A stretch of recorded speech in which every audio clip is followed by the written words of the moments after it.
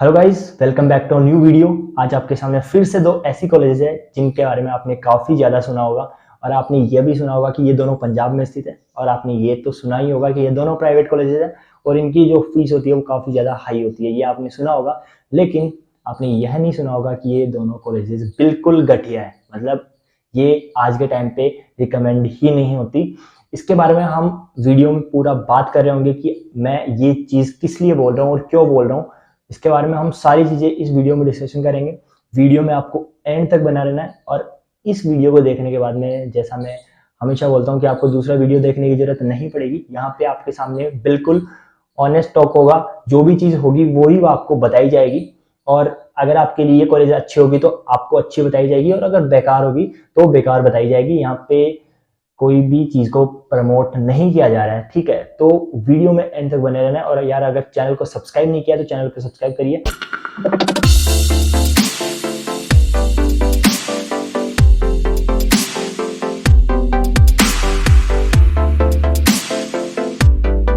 तो गाइस, सबसे पहले आपके सामने ये देखो पेज खुल गया है। इस पेज पे आपको सबसे पहले जो बड़े बड़े अक्षरों में दिख रहा होगा एलपीयू वर्सेस चंडीगढ़ यूनिवर्सिटी।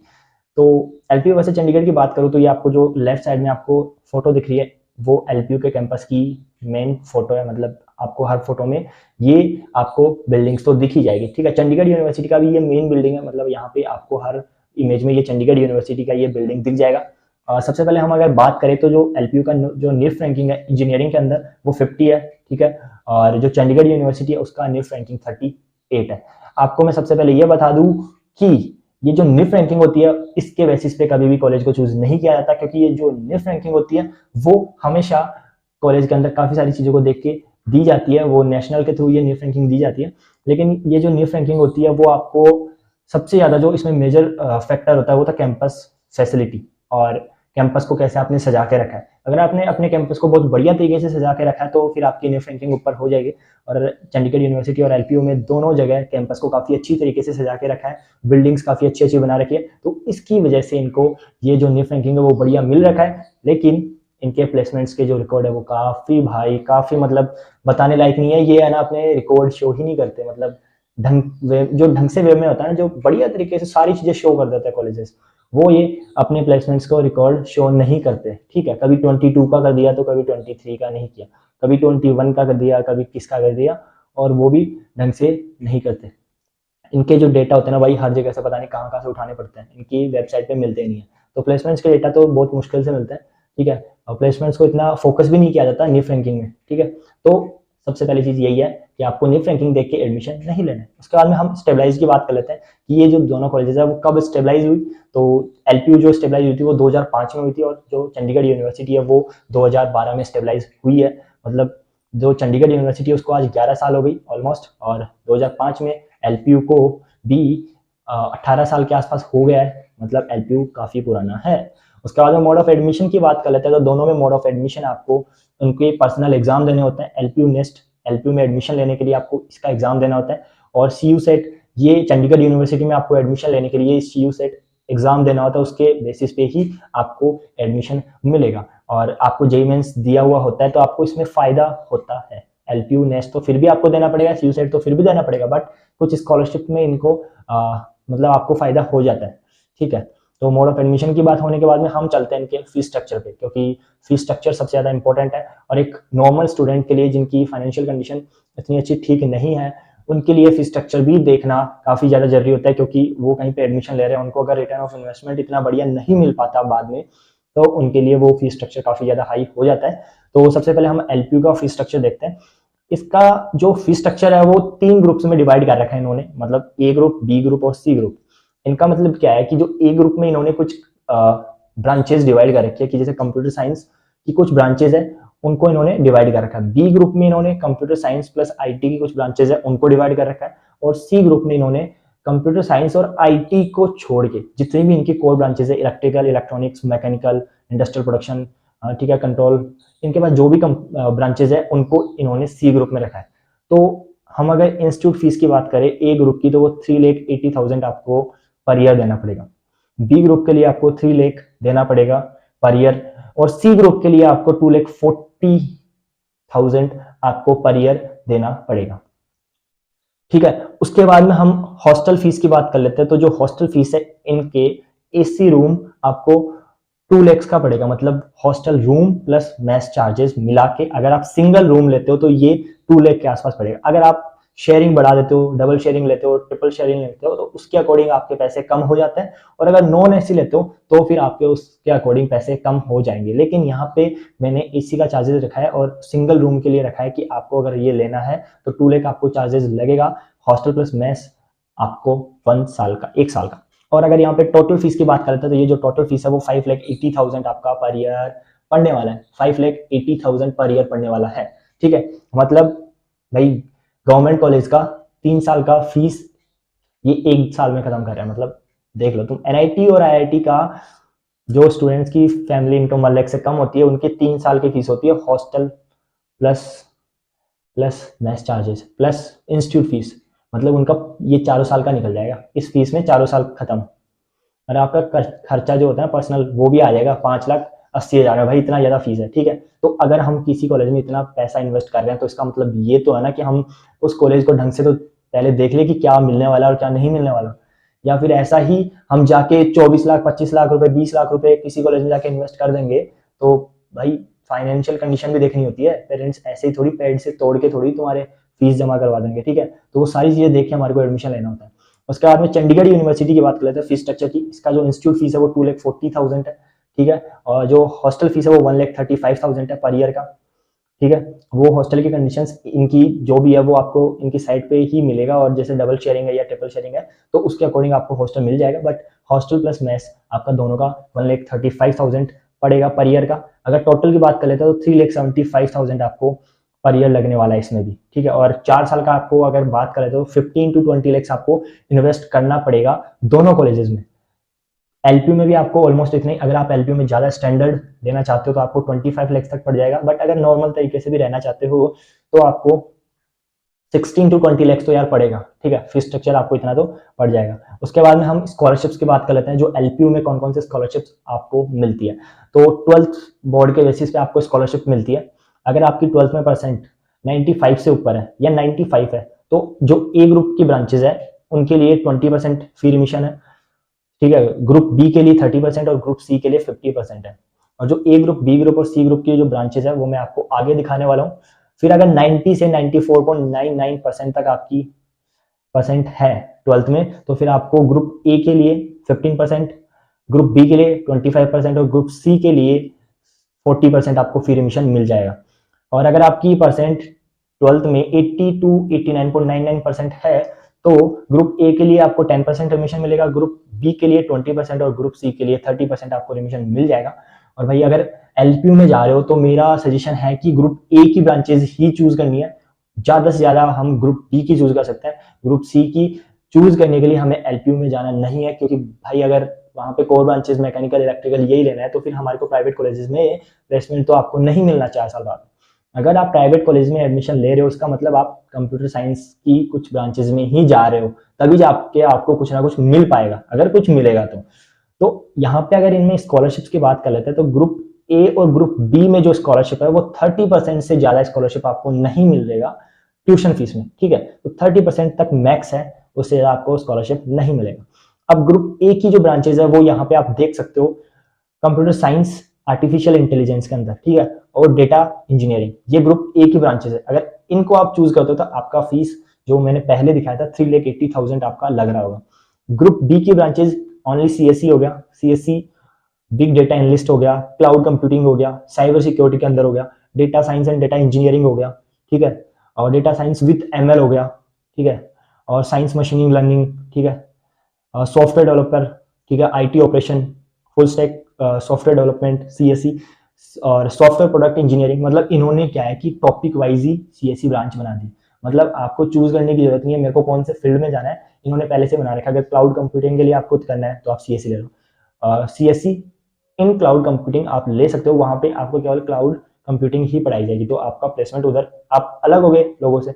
और जो ग्रुप सी की ब्रांचेज है वो सारी ऑल अदर्स है। ठीक है, उसके बाद में हम एलपीयू नेस्ट मेरिट स्कॉलरशिप की बात कर लेते हैं। मतलब आपको जो स्कॉलरशिप अभी हमने बोर्ड के बेसिस पे देखी, उसके बाद में इनका जो एलपीयू नेस्ट एग्जाम होता है उसके बेसिस पे भी आपको स्कॉलरशिप मिलता है। तो अगर कैटेगरी 1 की बात कर लेते हैं फर्स्ट की, तो उसमें जो ब्रांचेस ए होती है उस ए ग्रुप के ब्रांचेस को 20% स्कॉलरशिप, 30, 50, कैटेगरी बी के लिए 15, 25, 40, ये आप देख लो यार, पॉज करके आप इसको देख लो। और जो कैटेगरी 1, कैटेगरी 2, कैटेगरी 3 ये जो है ये इनकी मार्क्स के बेसिस पे ये अपनी कैटेगरी बनाते हैं। तो जब आप एग्जाम देते हो तो उनकी ये कैटेगरी बना के भेजेंगे, फिर उसके अकॉर्डिंग आपको ये एडमिशन मिल जाएगा, ठीक है। तो ये कैटेगरी वगैरह वहां पे मिलेगी। उसके बाद में हम जेई मेंस के बेसिस पे भी ये स्कॉलरशिप देते हैं। तो वही सेम सीन है यार, आप पॉज करके देख सकते हो। ग्रुप ए के लिए यहाँ पे कोई स्कॉलरशिप नहीं है। अगर आप ग्रुप ए की ब्रांचेस में एडमिशन लोगे तो जेई मेंस के बेसिस पे आपको स्कॉलरशिप नहीं मिलेगा, ठीक है। 95 से ऊपर, 90 से ऊपर, 80 से ऊपर, ठीक है, तो परसेंटाइल के बेसिस पे आपको स्कॉलरशिप मिल जाएगा। एक चीज और बता दूं, ये जो तीनों स्कॉलरशिप है बोर्ड के बेसिस पे, जेई मेंस के बेसिस पे और एलपीयू नेस्ट के बेसिस पे, केवल आपको एक ही स्कॉलरशिप इसमें से मिल पाएगा। और जो भी स्कॉलरशिप आपको मिलेगा वो केवल फर्स्ट ईयर में होगा। आप ये सोच के मत चले जाना कभी भी कि मेरे को 4 साल तक ये स्कॉलरशिप चलता रहेगा। अगर आपको फी एडमिशन 40,000 50,000 हुआ है फर्स्ट ईयर में, तो ऐसा नहीं है कि वो 4 साल तक चलेगा। प्राइवेट कॉलेजेस में से ये सबसे ज्यादा बड़ा स्कैम होता है कि केवल फर्स्ट ईयर में ये उनको स्कॉलरशिप दी जाती है, उसके बाद में उनको स्कॉलरशिप नहीं मिलती। मतलब उनका कुछ क्राइटेरिया होता है सीजी का, अगर उस सीजी का क्राइटेरिया को आपने पास नहीं किया तो फिर आपको उसके अकॉर्डिंग जो स्कॉलरशिप है वो नहीं दी जाएगी, ठीक है। तो ये सबसे बड़ा स्कैम होता है और ये लोगों को पता भी नहीं होता कि ये स्कॉलरशिप ये जो दे रहे हैं वो फर्स्ट ईयर में है ओनली। उसके अलावा आपको सेकंड ईयर में इनके अलग क्राइटेरिया होते हैं, उसके अकॉर्डिंग स्कॉलरशिप मिलती है। फिर चंडीगढ़ यूनिवर्सिटी में स्कॉलरशिप्स की बात कर लेते हैं। तो जो चंडीगढ़ यूनिवर्सिटी है उसमें इनके साइट पे मेरे को सीयू सेट के मार्क्स के बेसिस पे ही स्कॉलरशिप मिला है। तो अगर सीयू सेट का आप एग्जाम देते हो उसमें आपके मार्क्स 90 टू 100 तक आते हैं, 90.01 से लेकर 100 तक आते हैं। तो आपको जो स्कॉलरशिप होती है सेमेस्टर फीस में, जो इंस्टीट्यूट फीस थी उनकी 2,40,000, उसमें 56,500 तक आपको स्कॉलरशिप मिल जाती है, ठीक है। तो फिर आपको उसके अलावा कुछ नहीं देना होता उसमें, ठीक है। उसके बाद में 80 टू 94.99 अगर आपके मार्क्स आते हैं तो आपको 22,600 तक आपको स्कॉलरशिप मिल जाती है। 30 जो आपका लेस बचता है वो, एक सेकंड यार ये आ गया, ठीक है, जो आपका लेस बचता है वो 33,900 तक आपका लेस बच जाता है। 70 टू 79 तक आपको ये 16,950 तक आपको मिल जाएगा, ये कुछ बचा हुआ अमाउंट आपको देना होगा। 60 टू 69.99 तक 11,300 आपको स्कॉलरशिप मिल जाएगा। 50 से 59.99 तक 8,475 एंड 40 टू 49.99 तक आपको 5,650 रुपीज आपको स्कॉलरशिप के तौर पे मिल जाते हैं। ये चंडीगढ़ यूनिवर्सिटी का डेटा है। इसके बाद में ये आप पोज करके देख सकते हो, नोट कर सकते हो। हम आगे चलते हैं, ठीक है। स्कॉलरशिप फॉर हॉस्टल्स, जो चंडीगढ़ यूनिवर्सिटी है उस चंडीगढ़ यूनिवर्सिटी में आपको हॉस्टल्स के लिए भी स्कॉलरशिप मिलता है फर्स्ट ईयर के अंदर। तो वो भी सीयू सेट के मार्क्स के बेसिस पे ही मिलेगा। ये मार्क्स आप देख लो, 90 to 100, 80 to 94.99, 70 to 79.99, 60 to 69, 50 to 59, 40 to 49 तक आपको मार्क्स के बेसिस पे ये इसमें हॉस्टल फीस में स्कॉलरशिप मिल जाएगा, ठीक है। लेकिन ये फर्स्ट ईयर में होगा। उसके बाद में कुछ अलग क्राइटेरिया होता है, ये मैं बार बार इस पे फोकस दे रहा हूँ, इसका मतलब ये ज्यादा इंपॉर्टेंट है। स्कॉलरशिप देख के हमारे को एडमिशन नहीं लेना है, ठीक है। उसके बाद में प्लेसमेंट्स की बात कर लेते हैं। तो प्लेसमेंट सबसे ज्यादा इंपॉर्टेंट होता है इनका, ठीक है। एलपी का हाईएस्ट पैकेज की बात करते हैं ना भाई, हाईएस्ट पैकेज 62.57 एलपी है। अभी एक चीज होता है जो हाईएस्ट पैकेज होता है ना भाई, एक दो बंदों का आता है, ठीक है। वो चीजें भी देख के एडमिशन नहीं लेना होता है, क्योंकि अगर कोई एक्स्ट्रा ऑर्डिनरी बंदा है तो उसका तो यार वैसे भी प्लेसमेंट हो ही जाएगा। कॉलेज का इतना बड़ा हाथ नहीं होता, कॉलेज केवल कंपनीज लाके आपको दे सकते हैं, मेहनत बंदे को करनी पड़ेगी। एवरेज पैकेज की बात करें तो 5 टू 6 लाख एवरेज पैकेज मिलता है इसका। मतलब कितना है, आप अगर 20 लाख रुपए कहाँ पे इन्वेस्ट कर रहे हो तो वहां से आपको 4 साल बाद में 5 से 6 लाख रुपए आपको वापस मिले। मतलब बहुत कम पैसा है। 5 से 6 लाख में आप अपनी 5 से 6 साल तक अपनी किस्त भरते रहोगे। और भाई उसके बाद में हम चंडीगढ़ यूनिवर्सिटी का भी प्लेसमेंट देख लेते हैं। हाईएस्ट पैकेज की बात करें तो 54.75 इसका एलपीए हाईएस्ट पैकेज था। ये 22 का रिकॉर्ड है, ठीक है। 23 का और मिक्सअप है यार इनका, मैं बता रहा हूँ ना, इनका जो डेटा होता है वो इनकी वेबसाइट पे क्लियर तरीके से शो नहीं किया जाता। मतलब कभी 22 का शो करते हैं, कभी 23 का। मेरे को जहाँ तक पता है अभी ये 22 का रिकॉर्ड है आपके सामने, ठीक है। और जो इसका एवरेज पैकेज है वो 6 टू 7 लाख एलपीए इसका एवरेज पैकेज है। मतलब वो भी कम है, काफी कम है। एवरेज पैकेज 6 टू 7 लाख, ठीक है। अगर आपको अच्छा लगता है तो आप देख सकते हो, बट 6 टू 7 लाख एलपीए मतलब गवर्नमेंट कॉलेज का एक लोअर ब्रांच का एवरेज पैकेज होता है, ठीक है। ये 6 टू 7 एलपीए कुछ नहीं है आज के टाइम पे। उसके बाद में एलपीयू जो प्लेसमेंट स्टैटिस्टिक्स है उसके, मतलब 22 के जो स्टैट थे इनके, वो कुछ साइट पे इन्होंने शो कर रखे हैं, तो वो मैं आपको बता देता हूँ, ठीक है। इनके 1000+ रिक्रूटर्स इनके कॉलेज में आए थे, ठीक है। उसके अलावा 500+ रिक्रूटर्स ने इनके जो स्टूडेंट्स हैं मतलब उनको एवरेज पैकेज 5 लाख और 5 लाख से ज्यादा दिए। ठीक है, मतलब 500 प्लस रिक्रूटर्स इनकी ऐसी कंपनीज है जिन्होंने एवरेज 5 लाख का एलपीए इनको इनके स्टूडेंट्स को ऑफर किया है। ठीक है, तो इनका जो एवरेज पैकेज है वो 5 to 6 लाख ही रह गया अराउंड। ठीक है, उसके बाद में इनका जो इंटर्न स्टाइफंड है इनके स्टूडेंट को 1.6 लाख हाईएस्ट मिला है पर मंथ के बेसिस पे। ठीक है, उसके बाद में इन्होंने ऐसा भी बता रखा है, तो 350 प्लस रिक्रूटर्स जो आईआईटी, आईआईएम और एनआईटी से आए थे उन्होंने एलपीयू के स्टूडेंट्स को हायर किया है। ठीक है, 22 का ये स्टेट्स है, ये आप देख लो पॉज करके। उसके बाद में हम चंडीगढ़ यूनिवर्सिटी का स्टेट्स देख लेते हैं कि चंडीगढ़ यूनिवर्सिटी के क्या स्टेट्स है इनकी। ठीक है, इन्होंने भी अपनी साइट पे जो शो कर रखा है वो मैं आपको बता रहा हूँ। Computer science and IT branches के लिए ये 22 का ही स्टेट्स है। 122 टोटल कंपनीज इन्होंने अपनी कॉलेज में बुलाई है। उसके बाद में 2030 स्टूडेंट्स को उन्होंने सेलेक्ट किया है। ठीक है, और इनका जो इंटरनेशनल हाईएस्ट पैकेज है 1.7 CR है, वो ऑफ कैंपस है, ऑन कैंपस नहीं है। बंदे ने अपनी मेहनत की है। ठीक है, कॉलेज का इतना ज्यादा सपोर्ट नहीं होता ऑफ कैंपस में। ठीक है, उसके बाद में जो बंदे की मेहनत होती है वो ज्यादा डिपेंड करती है, और इनका जो कॉलेज के अंदर ऑन कैंपस जो पैकेज था वो 54.75 था। ठीक है, उसके बाद में हम मैकेनिकल, मेकाट्रॉनिक्स, एरोस्पेस और ऑटोमोबाइल्स की बात करते हैं, तो इनका 115 टोटल कंपनीज ने विजिट किया था, 530 स्टूडेंट्स को इन्होंने सेलेक्ट किया था और 9 एलपीए हाईएस्ट पैकेज था। कितना? 9 एलपीए हाईएस्ट था भाई। ठीक है, ये एवरेज होता है एनआईटी जालंधर का एवरेज, ओवरऑल नहीं, एक ब्रांच का एवरेज है, टेक्सटाइल का एवरेज है ये।